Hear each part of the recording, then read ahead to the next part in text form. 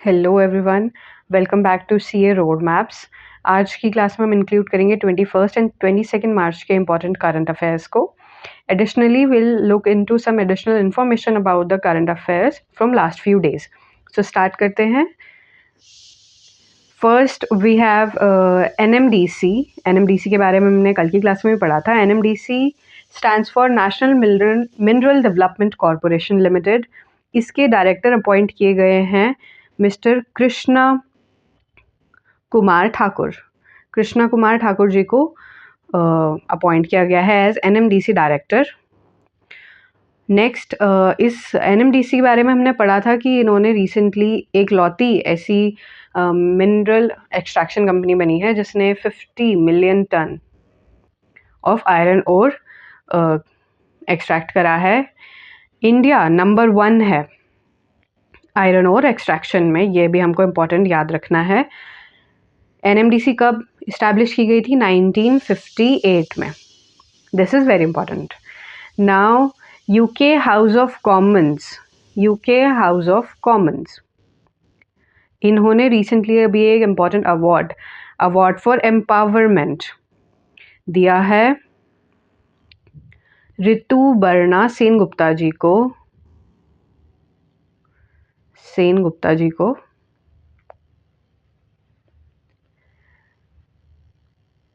Next comes, हमने देखा था कि नेपाल में जो है जेनजी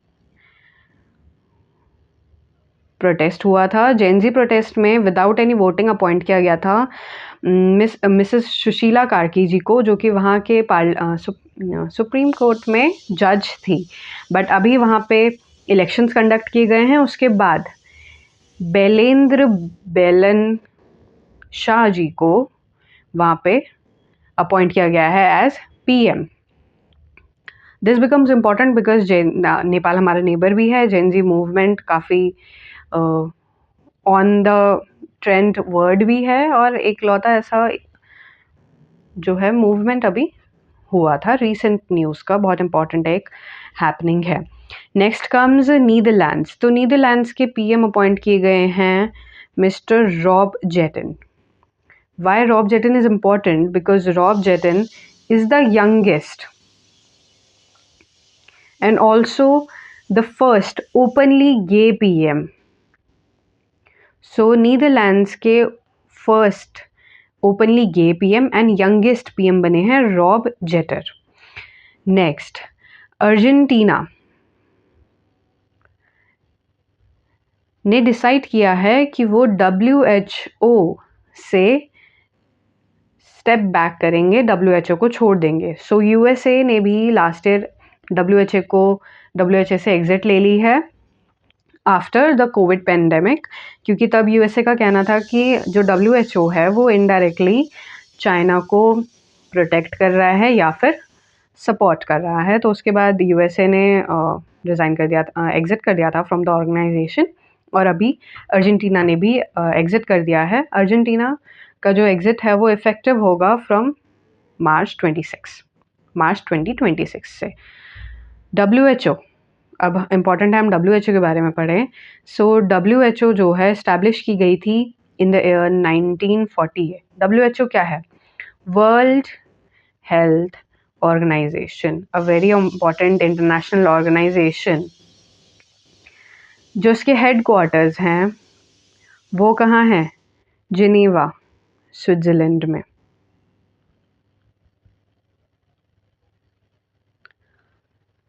अब WHO इस्टेब्लिश कब किया गया था? WHO इस्टेब्लिश किया गया था 7th of April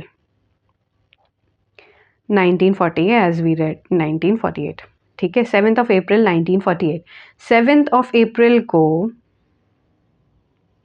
हम क्या सेलिब्रेट करते हैं? 7th of April को हम सेलिब्रेट करते हैं वर्ल्ड हेल्थ डे। क्यों सेलिब्रेट किया जाता है? सेम, बिकॉज इसी दिन WHO इस्टेब्लिश की गई थी। ओके, सो WHO और इंडिया का एक इम्पॉर्टेंट रिलेशन भी है। In what terms?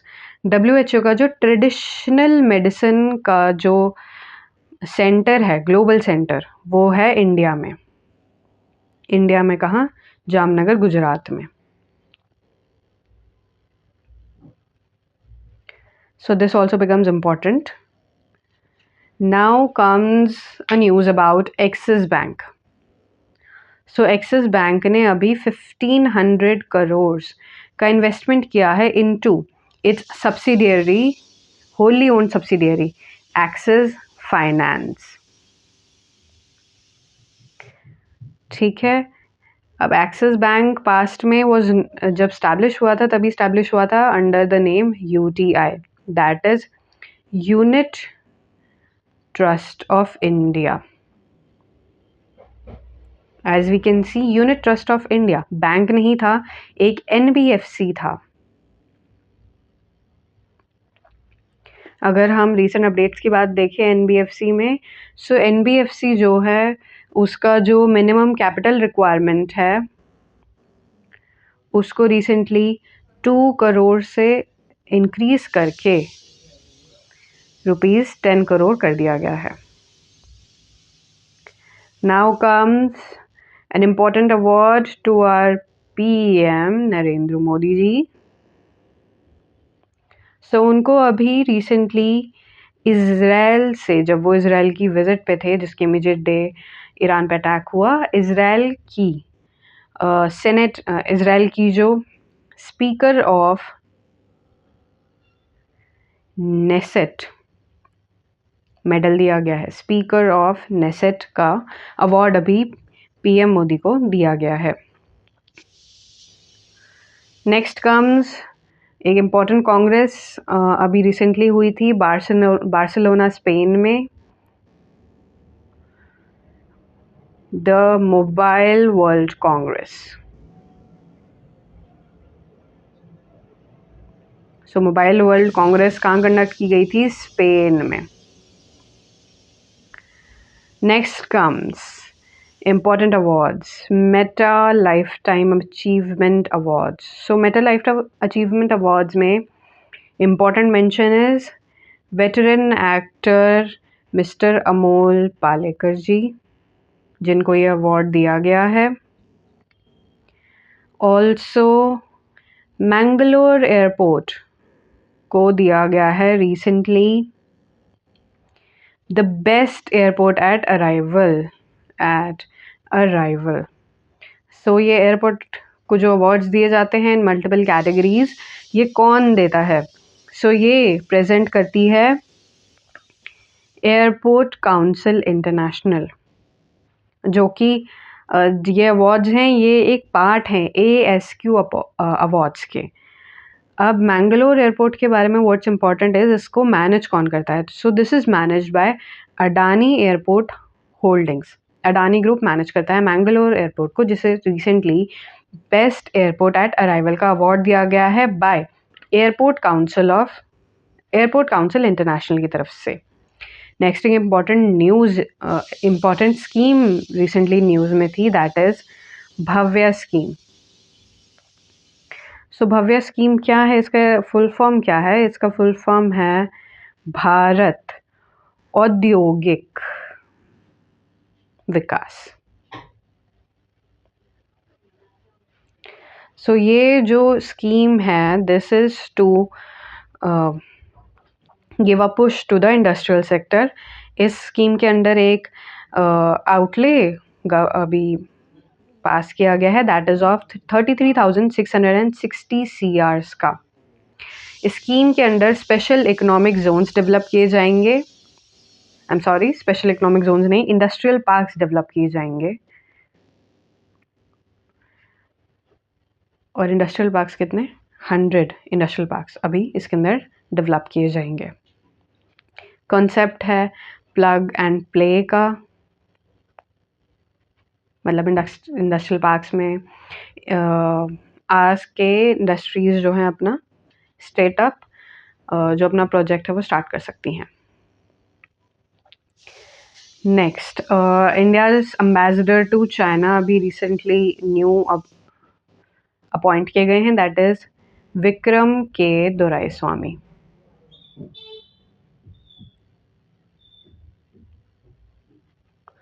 इन्होंने किनको रिप्लेस करा है? प्रदीप रावत जी को।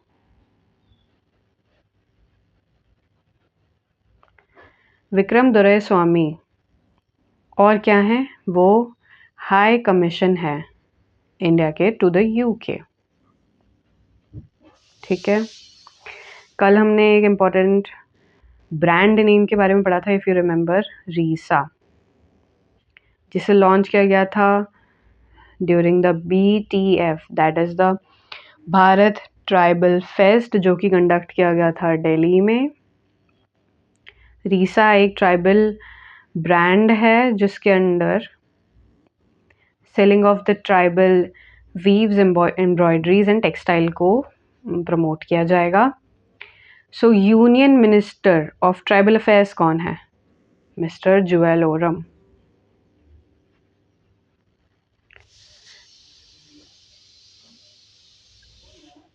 नेक्स्ट मिनिस्टर ऑफ स्टेट कौन है for tribal affairs? That is Durga Das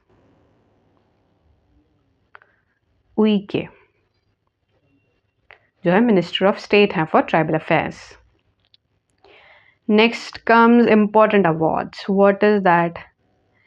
Sahitya Academy Awards, very important.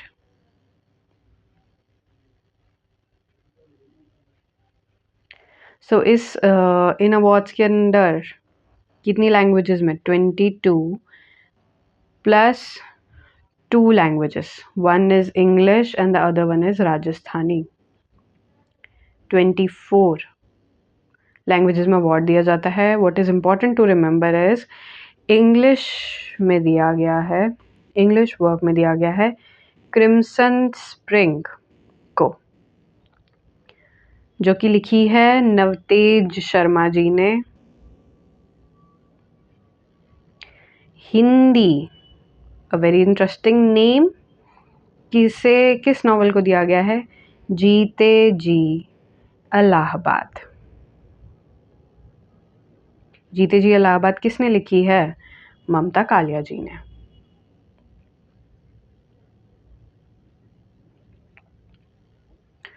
अब साहित्य अकादमी अवार्ड्स का प्राइज क्या है? सो कैश प्राइज है of ₹1,00,000। Okay.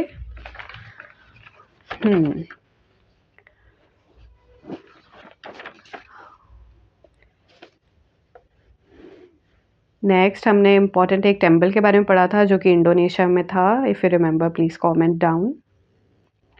That is Prambanan temple.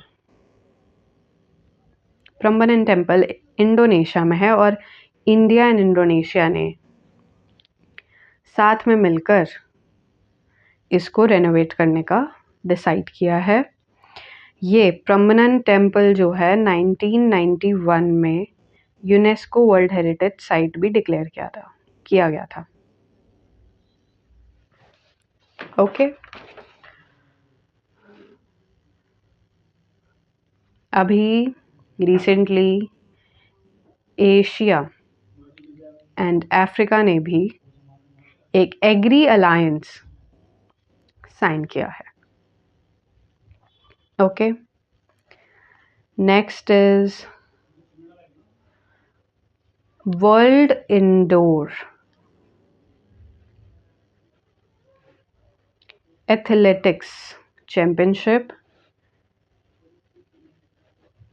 Conduct करने की रिस्पॉन्सिबिलिटी मिली है इंडिया को। कब कंडक्ट करेंगे? 2028 में। इतनी जल्दी तो हो नहीं पाएगा कि हम 26 में कर ले, 27 में कर ले, 28 में ऑब्वियसली स्केड्यूल्ड है, 28 में कंडक्ट होंगे। तो that's just a way to remember it. World indoor athletics championship indoor India में होगी in the year 2028। Next, central government ने एक न्यू कमीशन डेवलप किया है, that is NDC, national dental commission. Central government ने ये कॉन्स्टिट्यूट किया है। We read about an important addition of an exercise between India and Seychelles, that is La Métier. ठीक है, यहाँ हमारी कौन सी नेवल शिप गई थी? INS Trikand. Okay, so India के कुछ इम्पोर्टेंट पॉलिसीज़ हैं in the sea region. One is named Sagar and the other is named Mahasagar.